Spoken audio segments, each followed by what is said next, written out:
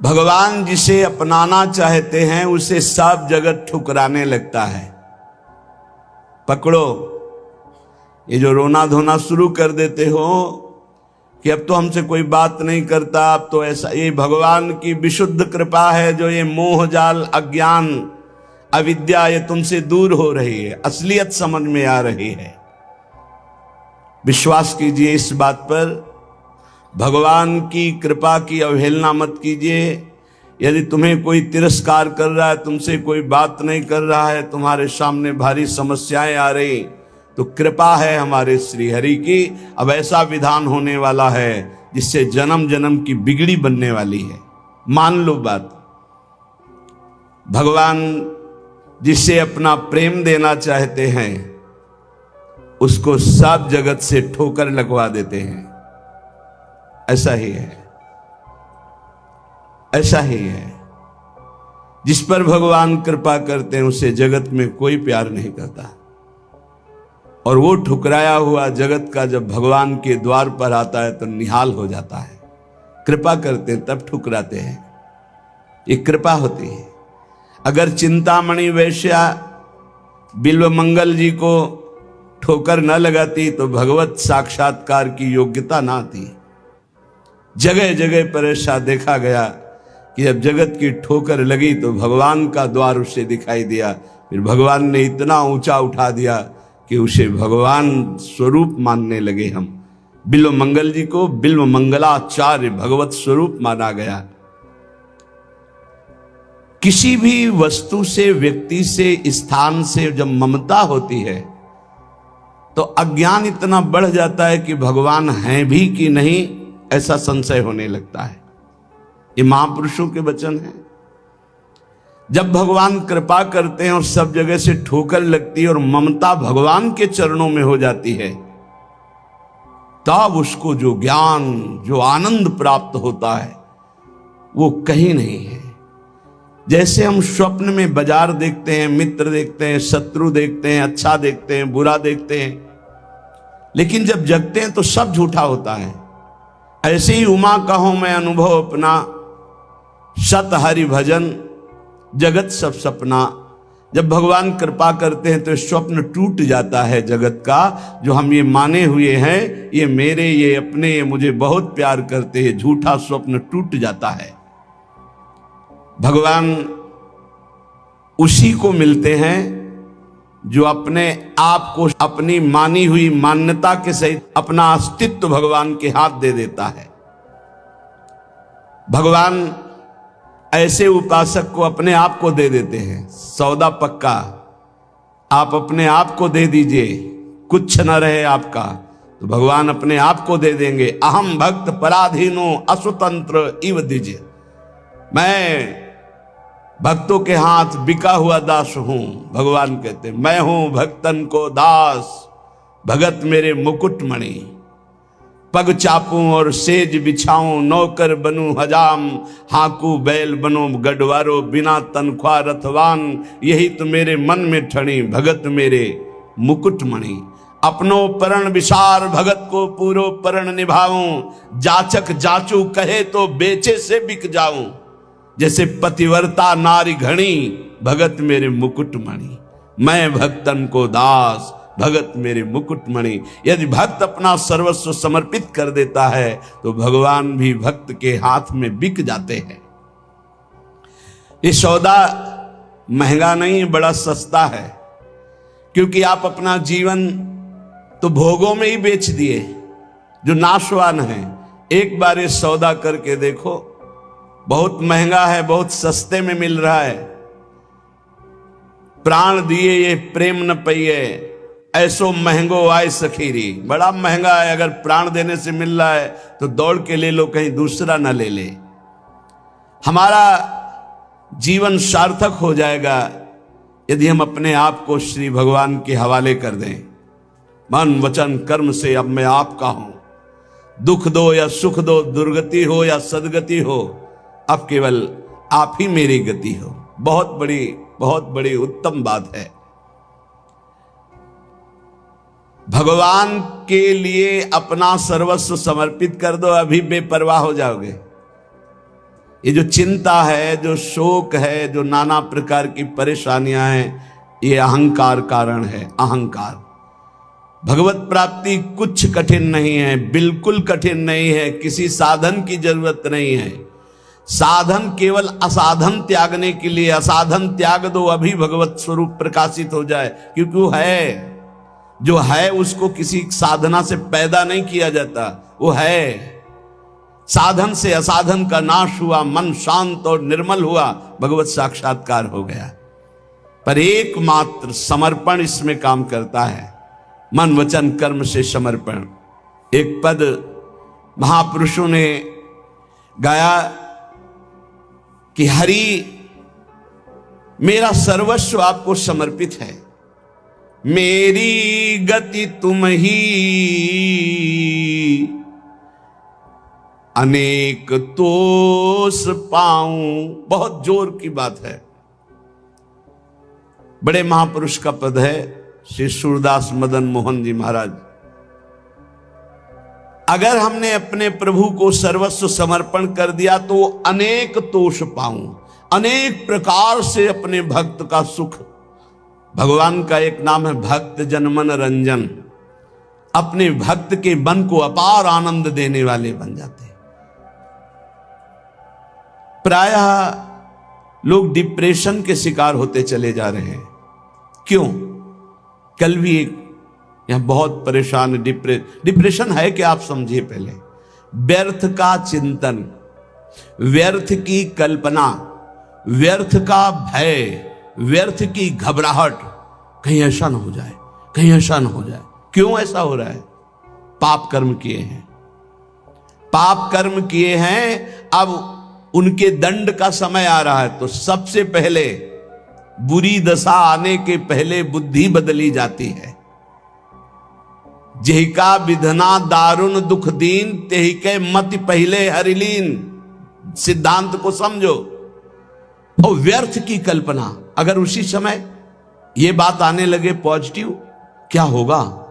भगवान मंगल करेंगे, अभी डिप्रेशन खत्म होना शुरू हो जाए। पहली बात, पाप नष्ट हुए बिना तुम्हारा मन निश्चिंत, निशोक, निर्भय नहीं होगा। प्यारे, दवाइयों से समय काट सकते हो, लेकिन पूर्ण स्वस्थ नहीं हो सकते। पूर्ण स्वस्थ तब होगे जब आपका मन निर्मल होगा, मन शांत होगा, मन पॉजिटिव चिंतन करेगा, सकारात्मक चिंतन करेगा। और वो तब होगा जब आप नाम जप करोगे, जब भगवान का भरोसा ले लोगे। तो बड़ी से बड़ी विपत्ति में भी अब क्या होगा? वही होगा जो प्यारे ने मंगल रचा है, अब वही होगा जो आनंदमय होगा। मेरी गति तुम ही, अनेक तोष पाऊं। चरण कमल नख मनि पर, विषय सुख बहाऊं। घर घर जो डोलों तो हरि तुम्हें लजाऊं। मेरी गति तुम ही, अनेक तोष पाऊं। आपके श्री चरण कमल नखमणि का साक्षात्कार करने के लिए समस्त विषयों को बहा दिया, त्याग दिया। हे नाथ, मेरी गति आप ही हो, और मैं देख रहा हूं कि अनेक प्रकार से आप पोषण करते हो। यदि मैं आपका भरोसा छोड़कर औरों को आगे हाथ फैलाऊं, घर घर भटकूं, तो लज्जा है, धिक्कार है हमारी शरणागति पर। हे, इन बातों को समझो। अगर आप प्रभु के सिवा किसी के आगे ऐसे करते हैं तो धिक्कार है शरणागति को तुम्हारी। अन्य आश्रय भी बना हुआ है। घर घर जो डोलो तो हरि तुम्हें लजाऊं। तुम्हारो कहाय कहो कौन को कहाऊं। तुमसे प्रभु छाड़ी कहा दीनन को ध्याऊं। इतने बड़े प्रभु का कहलाकर अब किसी के आगे हाथ फैलाऊं। आप प्रभु के आश्रित हैं और प्रभु को छोड़कर किसी और के आगे, जो खुद विषयों का गुलाम है, खुद जो नाना प्रकार के भोगों की मार से परास्त है, उसके आगे आप हाथ फैला रहे हो। धिक्कार है, तुम भगवान के कैसे दास हो, कैसे भगवान के भक्त हो। तुमसे प्रभु छाड़ी कहा दीनन को ध्याऊं, मेरी गति तुम ही अनेक तोष पाऊं। महारानी जी प्रभु जी वो देख रहे हैं, तुम्हें ऐसे किसी से कहने की जरूरत नहीं, विश्वास करो, थोड़ा धैर्य रखो। 12 बजे पाते हो, 2 बज सकते हैं, लेकिन धैर्य रखो, 2 बजे ऐसा मिलेगा जो 12 बजे कभी नहीं पाया है। विश्वास करो, धैर्य रखो, टूटो मत। तुम्हारो कहाए कहो कौन को कहाऊं, तुमसे प्रभु छाड़ी कहा दीनन को ध्याऊं। ए बाबूजी ऐसा कार्य कर दो, इससे अच्छा है भूख प्यास छोड़ करके और प्राण त्याग दो। अगर ये कहना पड़े हरि से अलग किसी से, और हरि से भी क्यों, हरि से भी क्यों, तुम्हारी गरज हो तो करो, तुम्हारी गरज हो तो करो। क्यों गरज? तुम्हारी गरज है, कोई हमारी गरज है? हम आपके हैं, जैसे चाहो वैसे करो। तुमसे प्रभु छाड़ी कहा दीनन को ध्याऊं। हो सकता है वो अमुक भगत काम कर दे। प्रभु अखिल कोटि ब्रह्मांडों के ईश्वर, यदि उनसे काम नहीं बनता तो किसी से नहीं बनेगा, और उन्हीं से बनेगा तो बनेगा, नहीं तो भरपूर बिगड़े, किसी और का भरोसा नहीं। बिल्कुल ये सिद्धांत हृदय में रख लो तो जीवन भी मंगलमय हो जाएगा और भगवत प्राप्ति भी हो जाएगी। हम कदम कदम पे देख रहे हैं, कदम कदम पे। मांगना शब्द नहीं है, और जो जैसे प्रभु हमारा विधान बनाते हैं वैसे हमें जीना है।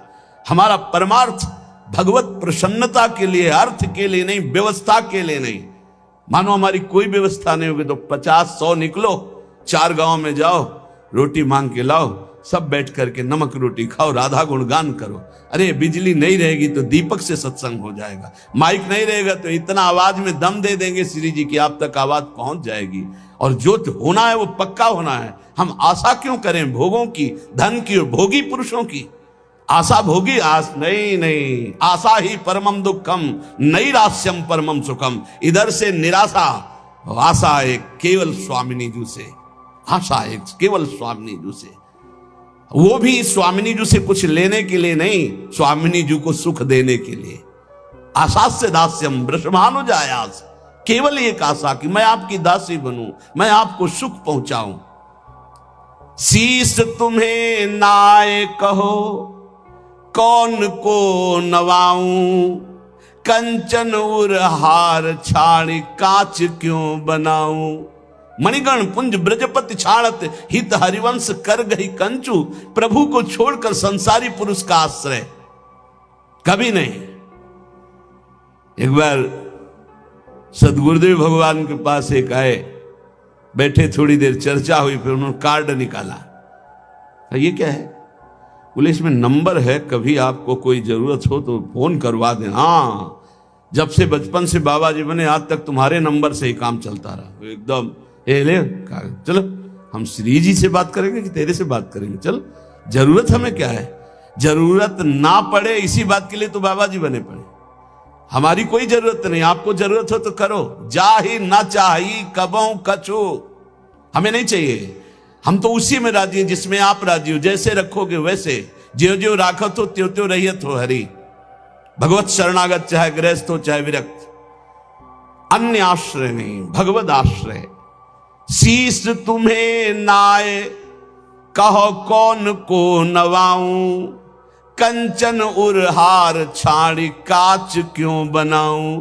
अब तो जागृत शयन रहत उरु पर मणि कंचन ज्यों पाची। प्रियालाल मणि कंचन में, जैसे नीलमणि में कंचन, ऐसे हमारी माला की तरह युगल सरकार हृदय में पड़े। अब ये सांसारिक राग कांच थोड़ी पहनेंगे। शोभा सब हानि करूं जगत को हंसाऊं, हाथी ते उतरी कहा गदहा चढ़ाऊं। अरे भाई, अब हंसी नहीं करवाएंगे कि देखो भगवान के दास हैं, हाथ केतिक आयु केतिक जीवन का है विनाशत काद हटकत। भगवत दास कहला करके दांते निपोर करके किसी से पैसा मांगना, इससे अच्छा है अन्न जल त्याग करके प्राण त्याग कर दो प्रभु के लिए। क्या ये जीवन है? संतों को, भक्तों को, भागवतों को कोई भिखारी न समझे। वो भिखारी नहीं है, वो बादशाह है। और जो भिखारी हैं वो भगवान के दास नहीं होते। भिक्षा के लिए केवल अन्न के टुकड़े की आज्ञा की है आचार्यों ने।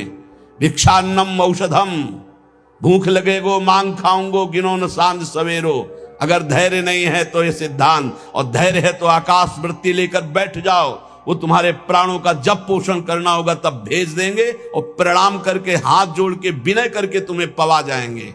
उनके भरोसे तो होके देखो। जिसने अनंत ब्रह्मांडों का सृजन पलक झपकते कर दिया, हम उसके दास हैं। भूखे रहेंगे तो भी उसके दास हैं, छके रहेंगे तो भी उसके दास है, महलों में राखे चाहे झोपड़ी में बास दे उसी के दास हैं। हम लोगों की ट्रेनिंग इसी बात की होती, कभी घी घना, कभी मुट्ठी भर चना, और कभी वो भी ना बना तो भी जय हो वाह वाह। हमें क्या कहा जाता है? वाह वाह वाह वाह, तुम्हारा जीवन वाह वाह, हर कदम हमारा आगे बढ़ेगा, वाह वाह आगे बढ़ेगा। अब हाथी ते उतर के गधा में तो चढ़ना शोभा नहीं देगा। अर्थात भगवत शरणागति स्वीकार करके और जन जन से मांगना, जो मांगे सो बिल्कुल समझो भिक्षुक है। भक्त न सुने कभी भिखारी, ये बहुत घटिया बात है जो बाबा जी होकर के रुपया मांगता घूमे, बिल्कुल घटिया बात है। और ये भगवान की शरणागति पर कलंक है, और ऐसे कभी भक्त होते ही नहीं। और हमें लगता है ऐसों को बढ़ावा देना भी नहीं चाहिए, नहीं देना चाहिए। जो रुपये से अपनी वासना का पोषण करें और भगवान के नाम पर कलंक, दासत्व का कलंक धारण करें, नहीं। ये हमारे शास्त्र सिद्धांत गरज कर कहते हैं। अरे घुटने टेक के, हमने देखा है महापुरुषों को, महापुरुषों को देखा है। एक गरीब किसान अगर 10 रुपया निकाल के देता है, हाँ ऐसे आराम से रख लिए, और वहीं 18 लाख रुपए एक आकर के दे रहा सामने रख, उठा, नहीं सरकार आपकी सेवा, क्यों तुम्हारे बाप के नौकर सेवा में लगा दे, उठा चल। क्यों? उसको क्यों देखा? क्योंकि वो अहंकार से दे रहा है कि हम बड़े धनी, और वो गरीब बड़े दैन्यता से दे रहा है, मालिक हम तो देने लायक नहीं, गरीब आदमी 10, तो उठा करके बड़ी प्रशंसा करते हुए और उसको रखते, और एक वहीं बड़ी धनराशि देता, अपमानित करके हटा देते। चलो कैसे समझा जाए? दुर्योधन कह रहा है आओ दुशासन के महल में देवराज इंद्र को भी जो भोग दुर्लभ है वो है। मानो भगवान को कह रहा है कि आओ, जो तुमने नहीं पाया होगा वो पवाएंगे। वहां से चले आते हैं, देखते भी नहीं, और विदुरानी के हाथ के केले के छिलके पाते हैं। जैसा मेरे स्वामी का स्वभाव वैसा सेवक का भी स्वभाव होता है, वैसे उनके संतों का और भक्तों का स्वभाव होता है। वो कभी वैभव पर झुकने वाले या बिकने वाले नहीं होते हैं।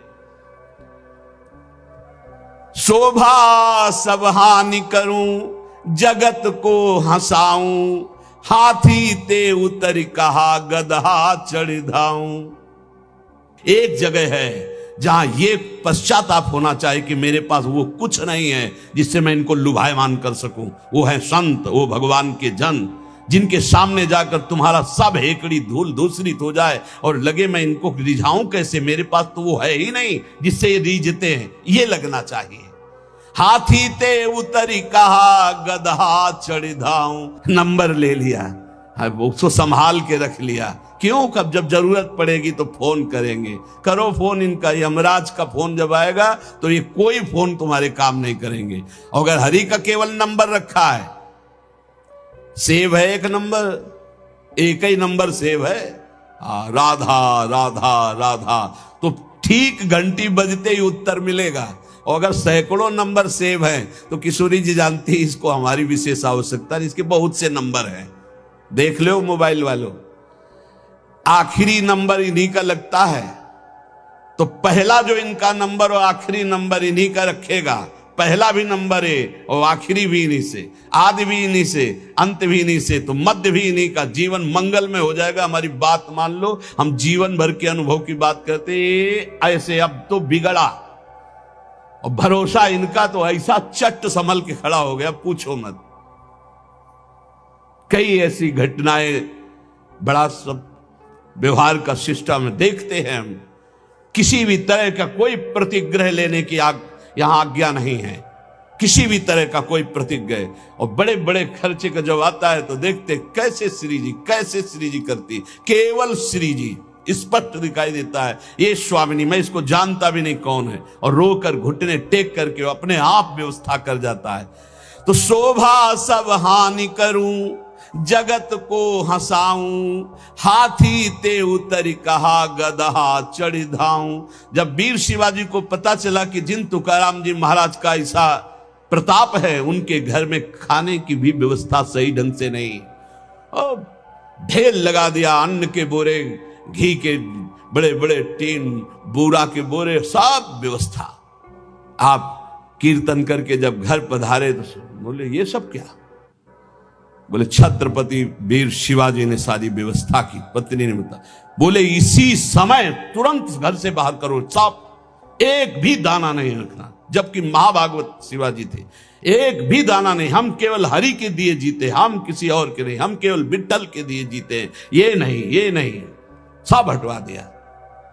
जो चक्की में थोड़ा पीसा गया था ना, वो तक हटवा, नहीं हम हरि के दिए जीते हैं। अगर वैभव हरि में देकर वैभव में रखना चाहते तो जय जय आपकी, आप हमें अगर आप फुटपाथ पे रखना चाहते हो तो जय जय। ये केवल प्रवचन नहीं, दोनों जीवन है। कुमकुम लेप छाड़ी काजर मुंह लाऊं, कामधेनु घर में तजी अजा क्यों दुहाऊं, मेरी गति तुम ही अनेक तोष पाऊं। यदि आपके सिवा किसी और की तरफ देखूं, आपकी तरफ देखने का मतलब है कुमकुम का लेप होना, और दूसरों की तरफ देखने का मतलब है काजर की लेप होना। आपसे प्राप्त करना मानो कामधेनु, और दूसरों से चाहना मानो बकरी का दूध। नहीं चाहिए, कामधेनु जब घर में है तो मुझे अजा का दूध नहीं चाहिए। कनक महल छाड़ी अब क्यों परन कुटी छाऊं, पायन जो पेलो प्रभु तो नानत जाऊं। अब तो हर समय आपके चरणों के समीप रहते हैं, मानो हम महल में रहते हैं प्रिया प्रीतम के। अब हम पर्णकुटी क्यों छाएं जब महल में हमें वास मिल गया। हे प्रभु, बार बार जन्म हो और आपका ही नाम जप करके आपकी लीलाओं का गायन कर व्यतीत हो, और आपके परम प्रेमी भक्त संतों की जूती का मैं रक्षक कहलाऊं। जहां उनकी जूती उतरे वहां मैं रखकर उनको साफ करूं और उनकी सुरक्षा करूं। संतन की पनही को रक्षक कहाऊं, मेरी गति तुम ही अनेक तोष पाऊं। एकमात्र अपने आराध्य देव का आश्रय, और आराध्य देव का आश्रय जब सदगुरु के द्वारा मिलता है तो एक खास बात होती है, उसमें संबंध पकड़ने वाली बात है, बड़े भाव का विषय है। अगर हमसे भजन नहीं भी हो रहा है तो हमारी भगवत प्राप्ति निश्चित है, यदि हमारा संबंध दृढ़ है। संबंध दृढ़, और संबंध दृढ़ है तो भजन हर श्वास होता है, किया नहीं जाता। जैसे शरीर से संबंध दृढ़ हो गया है तो शरीर का नाम कभी भजन करते हो ना कभी भूलते हैं, हर समय शरीर की स्मृति बनी रहती है। जितना भी व्यवहार होता है वो शरीर के लिए होता है, खान पान, देखना सुनना, भोगना कमाना, सब शरीर के लिए। संबंध, भगवान संबंध का बहुत सुंदर व्यवहार जो हमारा बनता है हृदय में, तो वैसे ही प्रभु निर्वाह करते हैं। हमारे संबंध के 5 भाव हैं, दास्य, सख्य, वात्सल्य, कांता, सहचरी। शांत भाव तो समदर्शिता में ब्रह्म ज्ञान के अंदर भी रहता है, लेकिन जो सुखास्पद भाव है वो दास्य, सख्य, वात्सल्य, कांता और सहचरी। कांता गोपी भाव और सहचरी, इन भावों के द्वारा जो गुरुदेव हमें संबंध देते हैं उसमें दृढ़ रहना चाहिए। संबंध का निर्वाह प्रभु बहुत जोर से करते हैं। संबंध जो मिला है वो ठसक में बदल जाए। मैं प्यारी जू की सहचरी हूं, मैं प्रियाजू की प्रिय सहचरी हूं, ये ठसक बन जाए। जैसे अपने वृंदावनवासी राधा उपासी नित्य विहार रस के जो भजनानंदी जन हैं, चाहे वो गृहस्थ हो चाहे विरक्त, ठसक होनी चाहिए हमारे माई श्यामाजू को राज। मैं श्री जी की हूं, मैं प्यारी जू की हूं। सच्ची मानिए, ये स्त्री पुरुष शरीर की पोशाक है, न तुम स्त्री हो न पुरुष हो, भगवत दिव्य अंश हो। कैसे निर्वाह करते हैं संबंध का हमारे प्रियालाल। श्री विठलनाथ जी ठाकुर जी के प्रति वात्सल्य भाव रखते थे। मेरे लाला पुष्ट मार्गी, वात्सल्य भाव।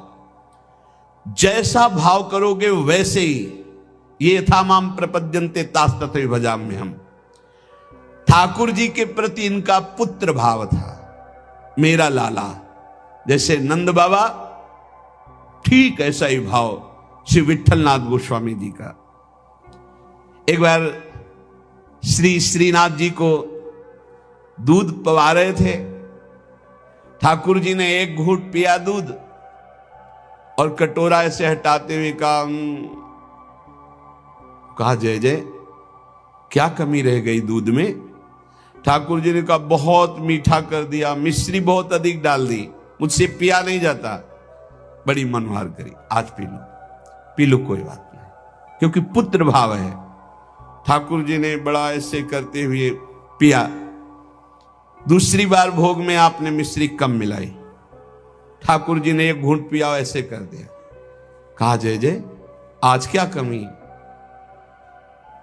कहा दूध तो एकदम सीठा कर दिया, फिर भी पी लो। थोड़ा ही कम तो मिश्री मिलाई, पहले वाले में आप कह रहे थे मिश्री बहुत अधिक है, तो इसलिए थोड़ी कम कर दी। बोले नहीं सीठा है, पी लो, आप पी लो, पी लो। बहुत दुलार किया, दूध पी लिया। तीसरी बार जब भोग लगाया तो मिश्री अलग दूध अलग। लालजू ने कहा आपने ऐसा क्यों किया, मिश्री क्यों नहीं मिलाई? गोसाई जी ने कहा जब मेरे द्वारा मिलाई हुई मिश्री आपको पसंद ही नहीं आती, कभी कह देते हो बहुत मीठा है, कभी कह देते हो सीठा है, तो आज स्वयं मिला लो। तो हंसकर कहा कि हम मिलाने लायक हैं? हम आपके बालक हैं, बालक मिलाना क्या जाने? और दौड़ गए और गोद में बैठकर छाती से चिपक गए और कहा रूस गए क्या, मिला के पिलाओ, हम तो बालक हैं, हम थोड़ी मिला पाएंगे।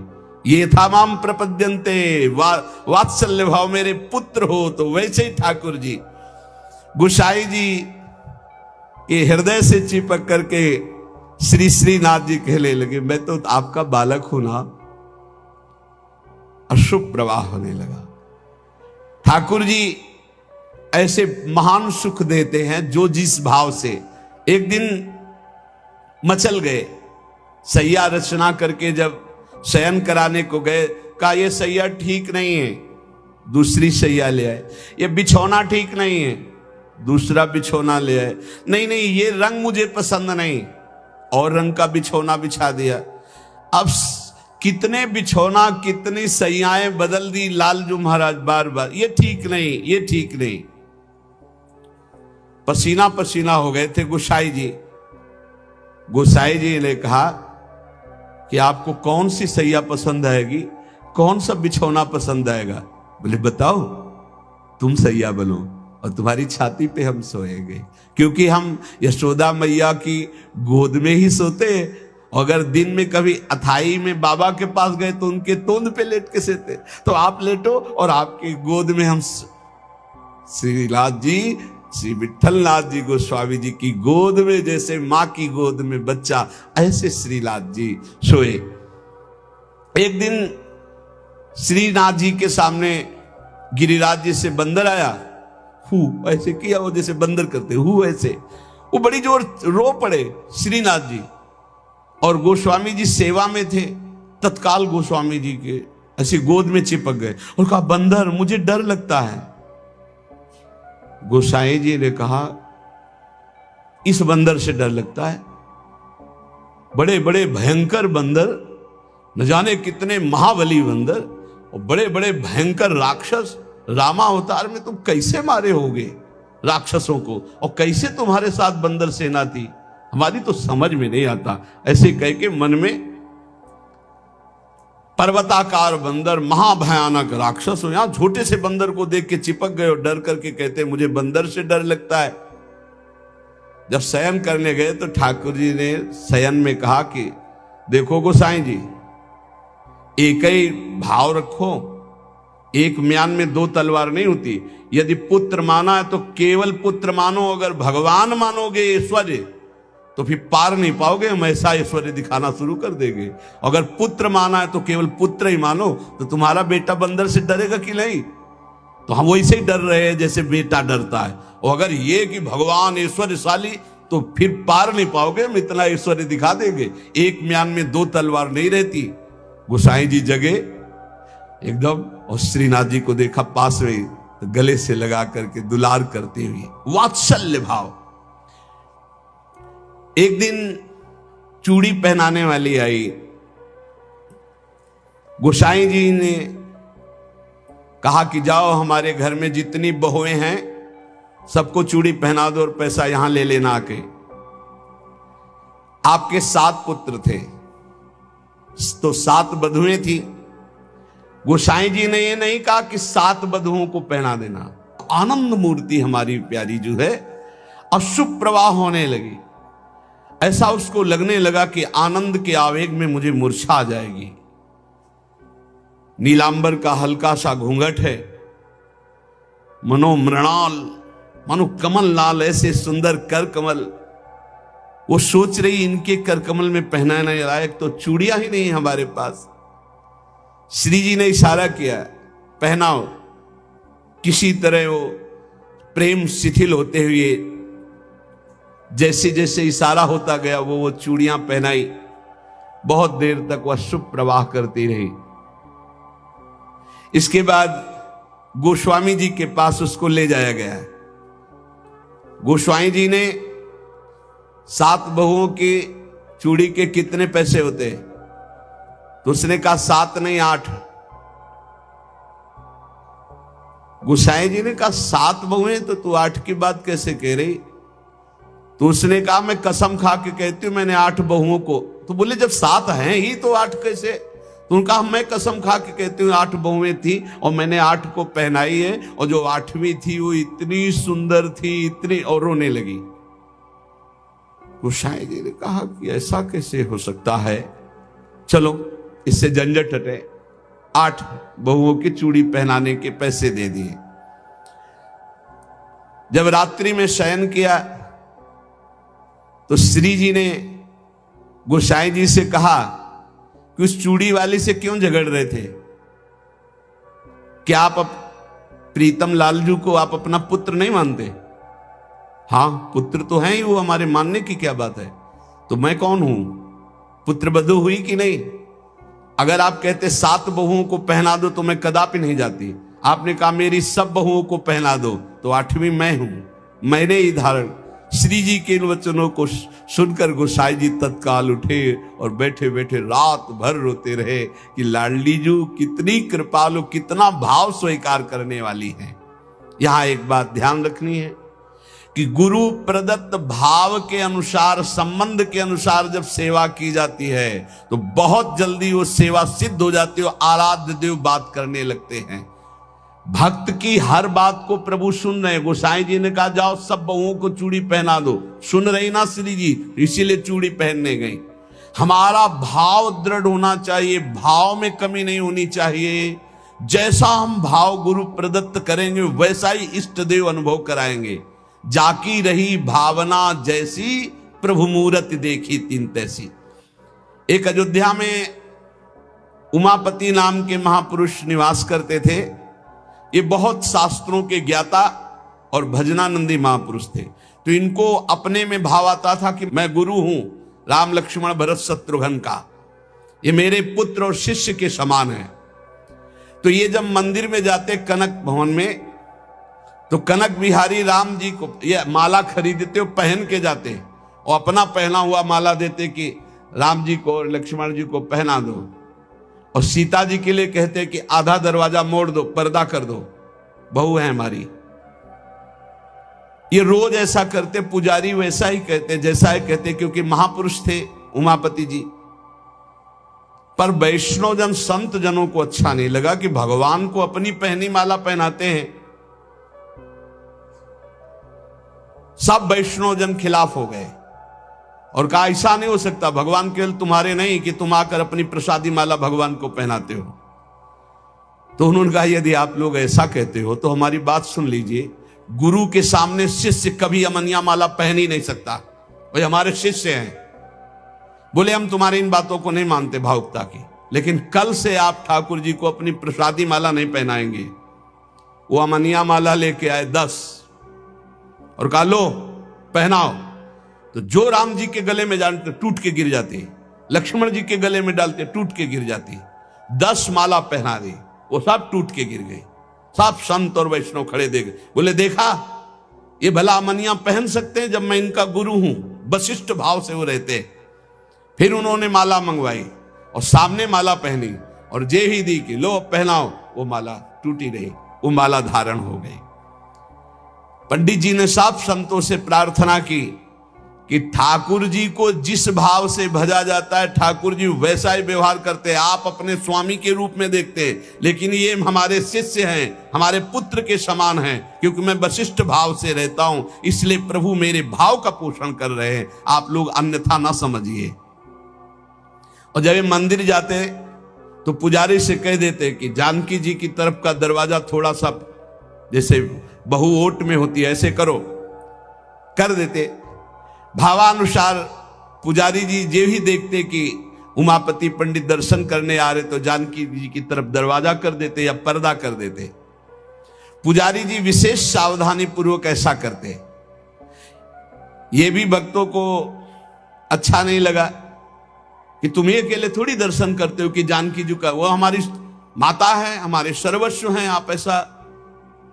तो एक दिन पर्दा नहीं किया तो जे ही उमापति पंडित जी गए तो फटाक से आधा दरवाजा अपने आप बंद हो गया। सब आश्चर्यचकित हो गए, क्योंकि ऐसा कैसे। बस ये बात समझ लो, प्रभु भाव को बहुत पकड़ते हैं, भाव ही सबसे बड़ी वस्तु है। धड़ाक से दरवाजा बंद हो गया। पंडित जी ने पुजारी जी से कहा आप कभी चूक मत करना, जानकी जी हमारी बहू हैं, हमारे शिष्य की है, इसलिए वो कभी हमारे सामने ऐसे नहीं, पर्दा करके। तो पुजारी ने और संतों ने जान लिया कि महामहिम भाव को प्राप्त महापुरुष है। सबने क्षमा मांगी। उस 8 पहर की प्रिया प्रीतम की जो लीलाएं हैं वो गा गा कर श्रीनाथ जी के सामने सेवा पद्धति के अनुसार सुनाते थे। एक बार की बात है, किसी विठलनाथ जी श्री ठाकुर जी को भोग लगा रहे थे तो भोग में एक तिनका देखा।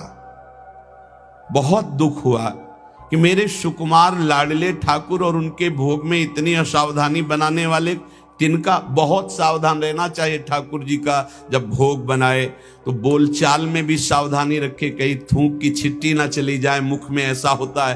तो अगर कभी बात करनी हो तो रसोई से ऐसे करके बात करे, वैसे तो बात कम ही करे, मौन धारण करके बनाए, क्योंकि अगर हम पद जोर जोर से गाएंगे या बात करेंगे तो हमारे मुख से थूक की छिट्टी ठाकुर जी के भोग सामग्री जो बन रही है उसमें गिरना हो सकता है। कितनी सावधानी महापुरुषों के चरित्र से हमें प्राप्त होती।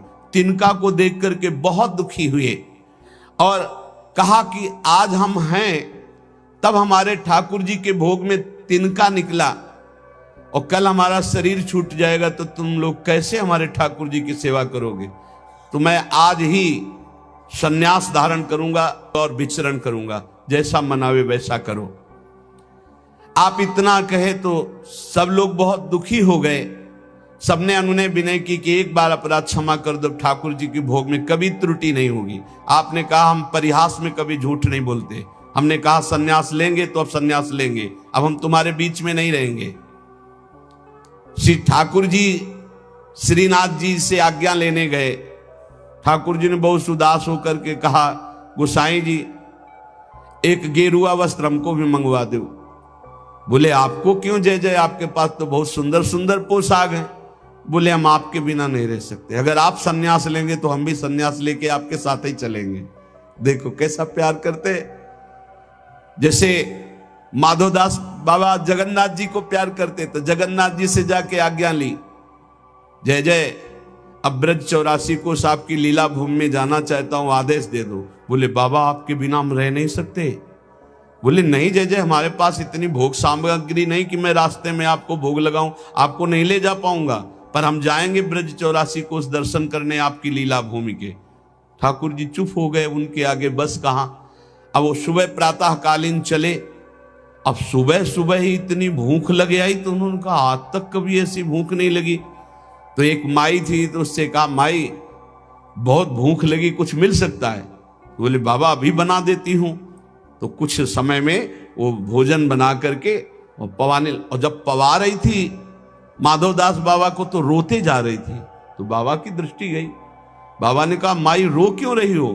बोले, इतना सुंदर सुकुमार लाडला बालक तुम्हारे जैसे बाबा जी के साथ कैसे आ गया? इसकी मां कैसे रहती होगी? तो उन्होंने भागवतिक दृष्टि से देखा तो थाल में बैठे जगन्नाथ जी पा रहे थे। बोले, इसीलिए भूख लग रही थी, हमें पता क्या कि तुम्हें भूख लग रही, तुम क्यों साथ? बोले, बाबा मैं नहीं रह पाऊंगा आपके। ये जरा प्यार देखो ठाकुर जी का। कह रहे, बाबा मैं नहीं रह पाऊंगा। ऐसे ही श्रीनाथ जी गोसाई जी से कह रहे कि एक गेरुआ वस्त्र हमको भी मंगा दो, अगर आप सन्यास लोगे तो हम भी सन्यास ले लेंगे। गोसाई जी आपके बिना हम नहीं रह सकते। गोसाई जी ने गले से लगा लिया। तो कहा, गले से लगा लिया तो मेरी बात मानो, अब तुम्हें सन्यास नहीं लेना। बोले, जैसी आपकी आज्ञा।